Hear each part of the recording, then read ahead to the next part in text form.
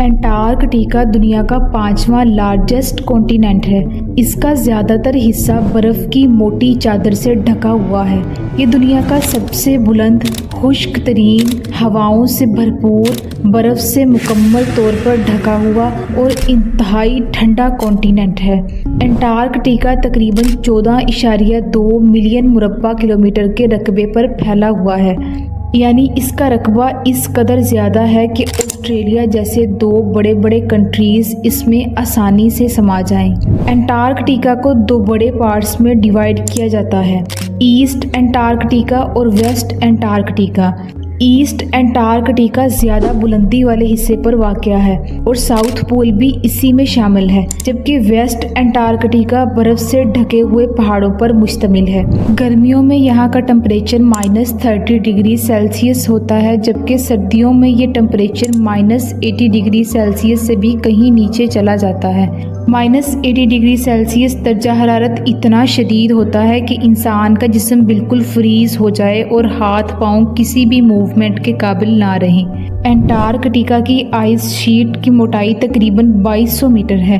हर साल यहाँ 2 इंच तक बर्फ़ की और तह जम जाती है। लेकिन आप सोच रहे होंगे कि 2 इंच का फिगर तो बहुत कम है, चूँकि पिछले हज़ारों सालों से यहाँ मुसलसल बर्फ़ पड़ रही है और किसी भी सूरत पिघली नहीं है, इसलिए ये आइस शीट कई मीटर्स तक बर्फ़ की तह बन चुकी है।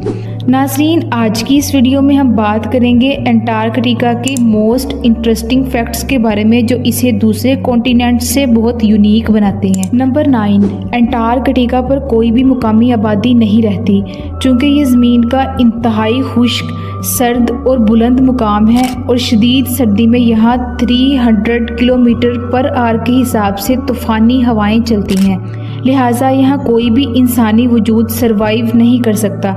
इसके अलावा यहाँ खाने पीने या खेती करने का कोई भी ज़रिया नहीं है, लिहाजा इंसानी आबादी का यहाँ मुस्तकिल रहने का कोई ठिकाना नहीं बन सकता। नंबर 8, एंटार्कटिका को कोई भी कंट्री ओन नहीं करता और ना ही यहाँ कोई गवर्नमेंट सिस्टम है।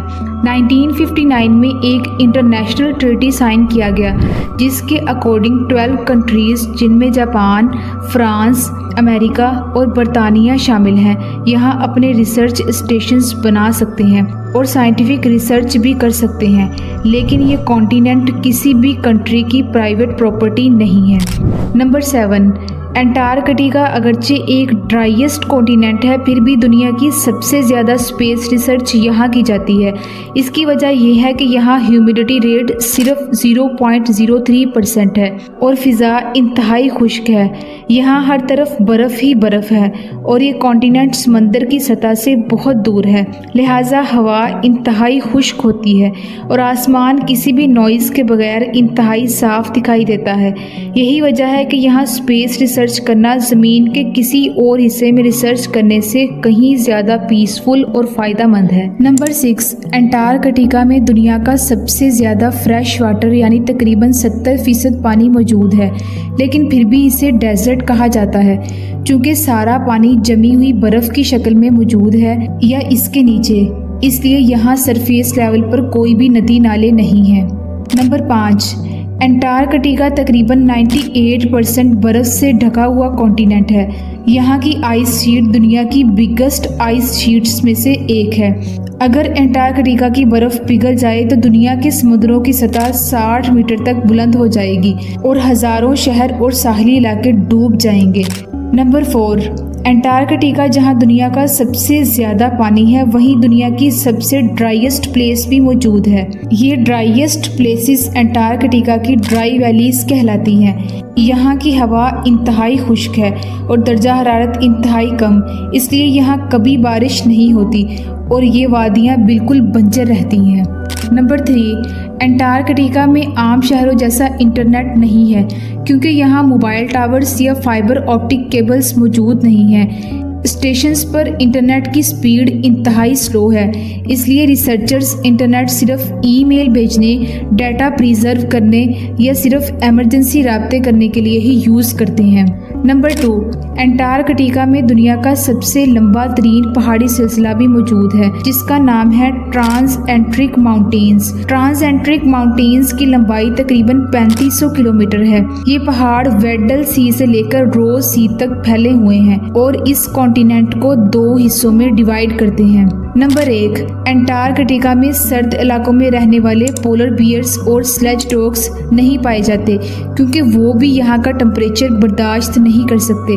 लेकिन पेंगुइन देखने की बेहतरीन जगह अंटार्कटिका ही है क्योंकि दुनिया के नायाब तरीन पेंगुइन्स यहाँ पाए जाते हैं। इसीलिए पेंगुइन को यहाँ का नेशनल एनिमल भी कहा जाता है।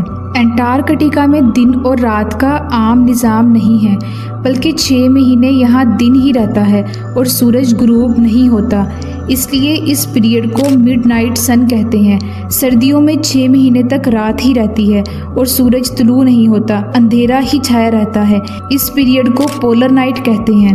अंटार्कटिका को हर साल 40,000 से 50,000 तक विजिटर्स विजिट करते हैं। यहाँ तक कि विजिटर्स अपना पी भी बोतलों में भरकर शिप तक वापस लाते हैं ताकि कॉन्टिनेंट किसी भी तरीके से गंदा ना हो और इसे हर तरह की पोल्यूशन से बचाया जा सके। उम्मीद है कि आपको आज की वीडियो भी इंफॉर्मेटिव लगी होगी। मिलते हैं एक और ऐसी ही इंफॉर्मेटिव वीडियो में।